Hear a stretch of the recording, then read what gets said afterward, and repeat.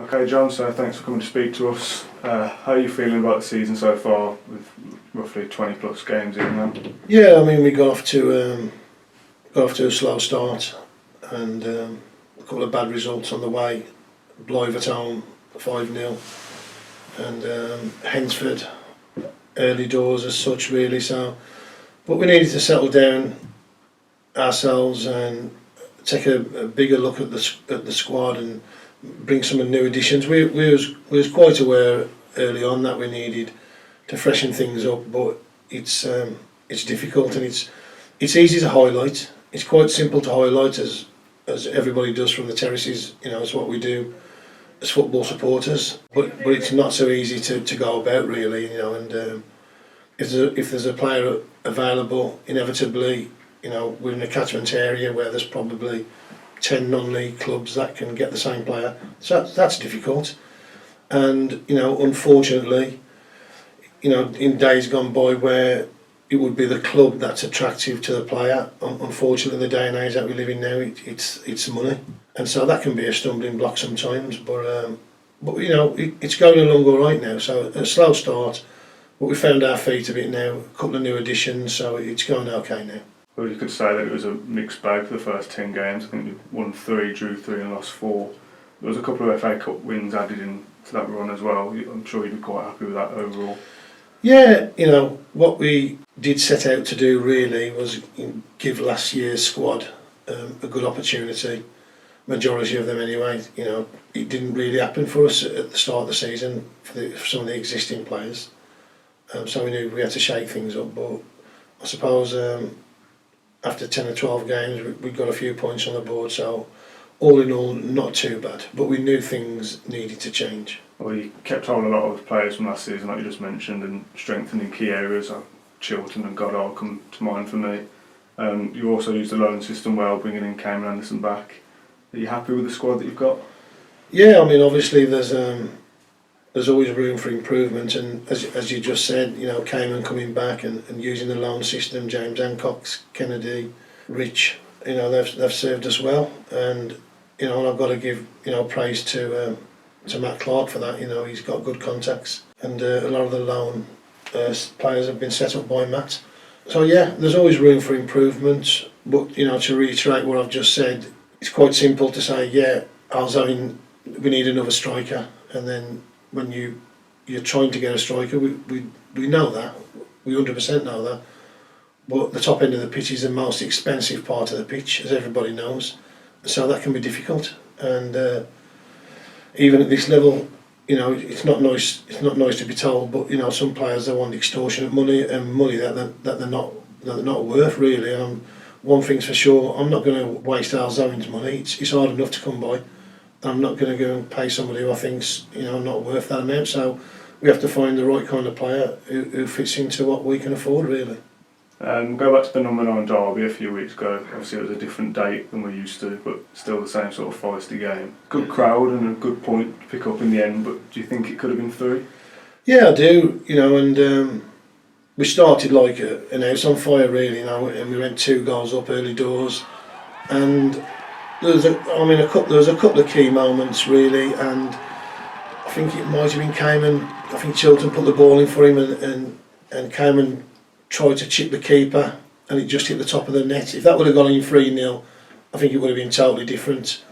But at 2-0, you know, it's still touch and go. A team can score within 15 minutes left at 2-0 and still grab something. So it was disappointing, and I think obviously the key decision, the penalty against Alan Griffiths, and looking at the replays and that, I don't think it was a penalty. I really don't. But at the time, it's a difficult one to call. I think before the game, you know, you'd have definitely took a point, but it was disappointing to be 2-0 up and not win. But as I say, really, a point away at Stourbridge, I think majority teams in the league would take that. There's been a few critics throughout the season that might not be happy with things. They might not be happy with certain things, or why aren't we playing this way, or why aren't we playing this formation. Does that sort of thing affect you, or is it just about winning games for Halesowen Town? It doesn't affect me. It's I listen to people's opinions, and obviously non-league can be it's a bit different because you kind of get to hear what majority of people have got to say. And obviously with social media being rife these days, you know, everyone can hear the views in front of everybody. So, you know, we get to hear majority of what people are saying from the staff and down to the players. It's frustrating sometimes because you can't actually give, this is going to sound wrong, but you can't give the honest answer sometimes because we know everything what's going on and supporters don't, you know, and why he's not playing, and that's a terrible decision not to pick him, and they might not know he's got a slight hamstring and he's just on the bench as in name, you know, as in Matt Burley was the other night actually at Stafford Rangers. Matt couldn't play, he got a tight hamstring, and everybody would have loved to have seen him playing again after such a good performance, and myself and Matt, you know, we would have picked Matt Burley straight away, but he got a tight hamstring, so we rested him. But I mean, as for the style of play, I think what it is, maybe over the years, you know, Halesowen have had some good football times down here, and majority of people, like everybody, want to see good football, but it's quite strange. Whereas if you say, like, if you take Darlington came here the season they got promoted, they beat us 3-0, probably one of the most direct teams I have ever seen. You know, and there was one instance during that game, one of their players passed a short ball, the manager stepped on the pitch, he went absolutely crazy, and he wanted that ball turned into the strikers and into the channels. And they beat us 3-0 that day. And all you heard from Halesowen was praise for the way Darlington played. But if Halesowen play that way, Oysden Christie, use Ben's pace, then it's oof and it's lump, and it's quite strange really. Because again, even recently, we played Stafford Rangers the other night, they beat us 3-1 and deservedly won. And I had 2 separate reports on Stafford about how direct they played, and we played them the other night, and I thought that's all they did. Up to the big man Kyle Perry, I mean, what did he win?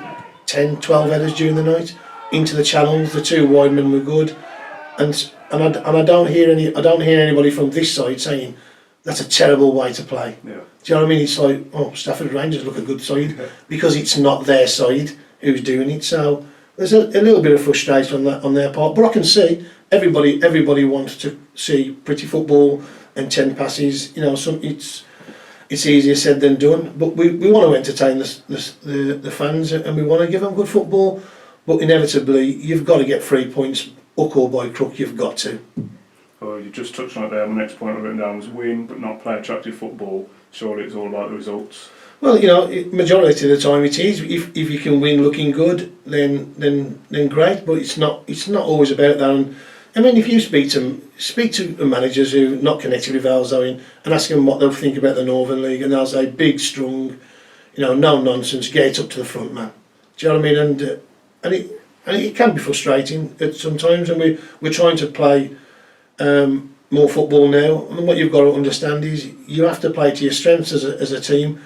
And it's, you know, if you're bringing certain players in and you can only bring a certain calibre of player in, you can't ask them to play like Real Madrid and Barcelona. You have to play to your own strengths.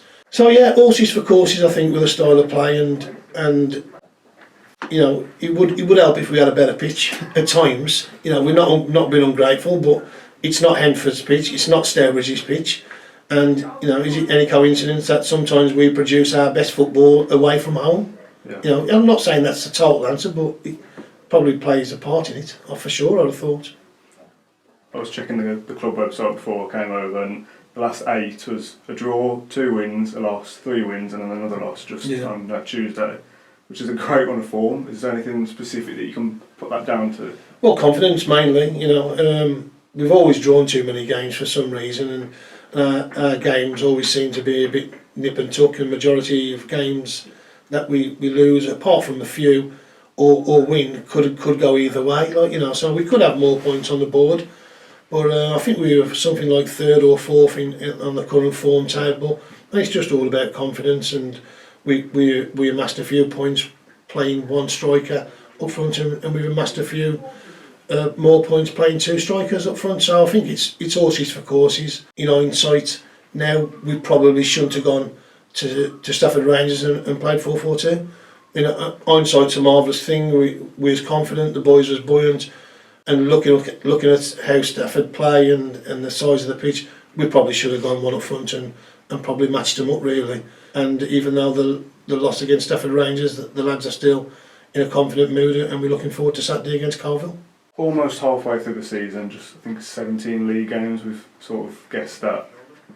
What's your aim for the rest of the season in terms of league? I mean, I've said at the start of the season, I think everybody wants to aim for playoffs, and if you're above halfway at Christmas, everybody's still in with a shout at that last spot.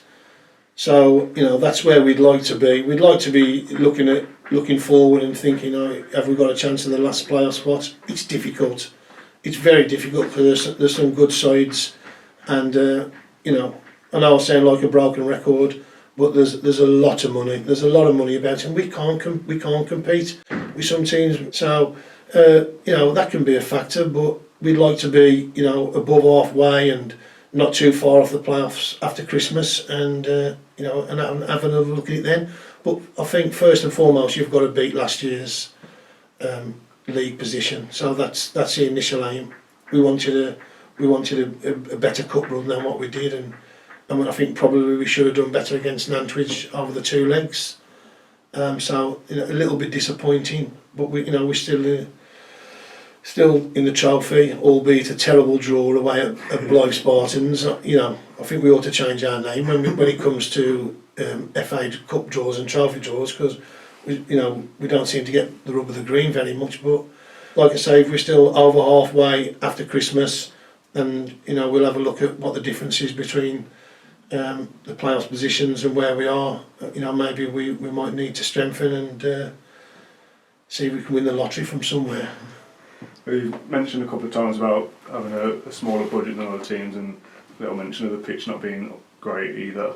Would you say there are reasons for poorer performances, or is it sometimes that just things don't go your way on the pitch itself? I don't think there are any excuse for poorer performances. I wouldn't say that, but they're a reason. The financial, they're a reason why we can't go and strengthen.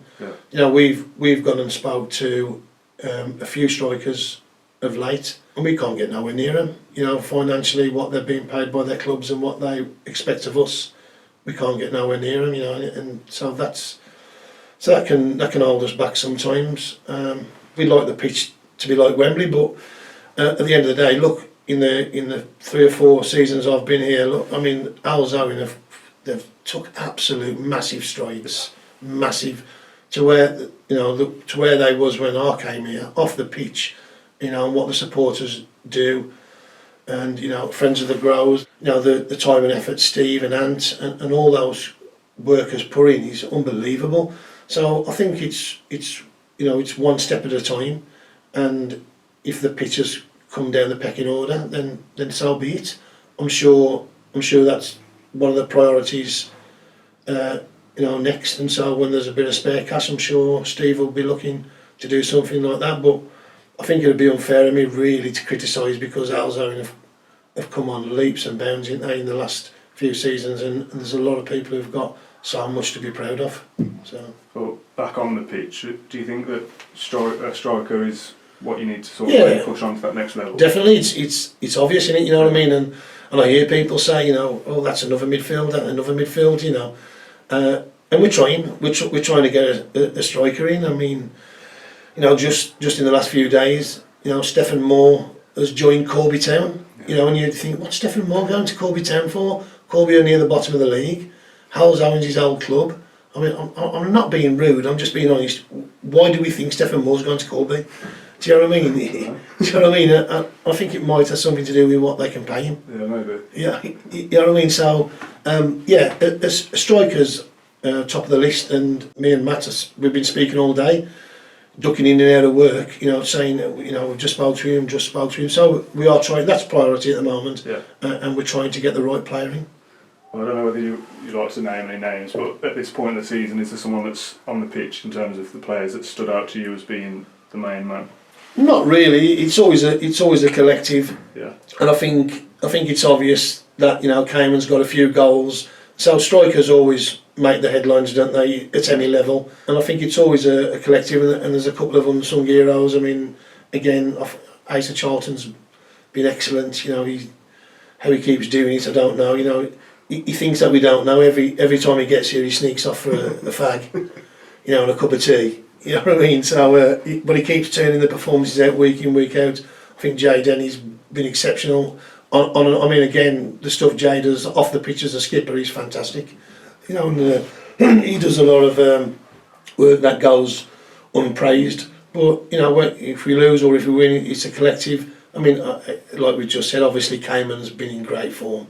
You know, he really has. But a lot of his goals come from team play. I mean, he did score a fantastic individual goal at Nantwich away, which was, you know, you've just got to give that goal to Cayman. It was brilliant. But inevitably, it's a team effort, and so collectively, I think the team has the praise, not individuals. But those three maybe stand out, I'd say.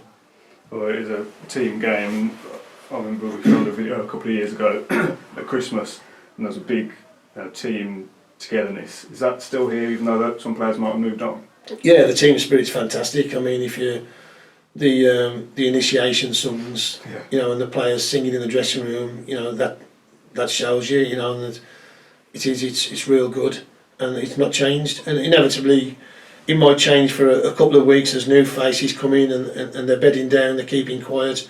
But it's one of the worst places to have secrets in football. And if you've got any skeletons in your closet, they'll bring them out. So yeah, it's a good dressing room, and it's a happy team, to be honest. Well, for the rest of the season, I suppose the aim is just to keep plugging away, keep winning, and hopefully push for the playoffs. You don't want to jinx it too much. No. Do you think you might make it this year? Well, I don't know. You know, like I said, there's a lot of teams trying to do the same as what we're doing, and you know, one thing's for sure, we'll give it our best shot for definite.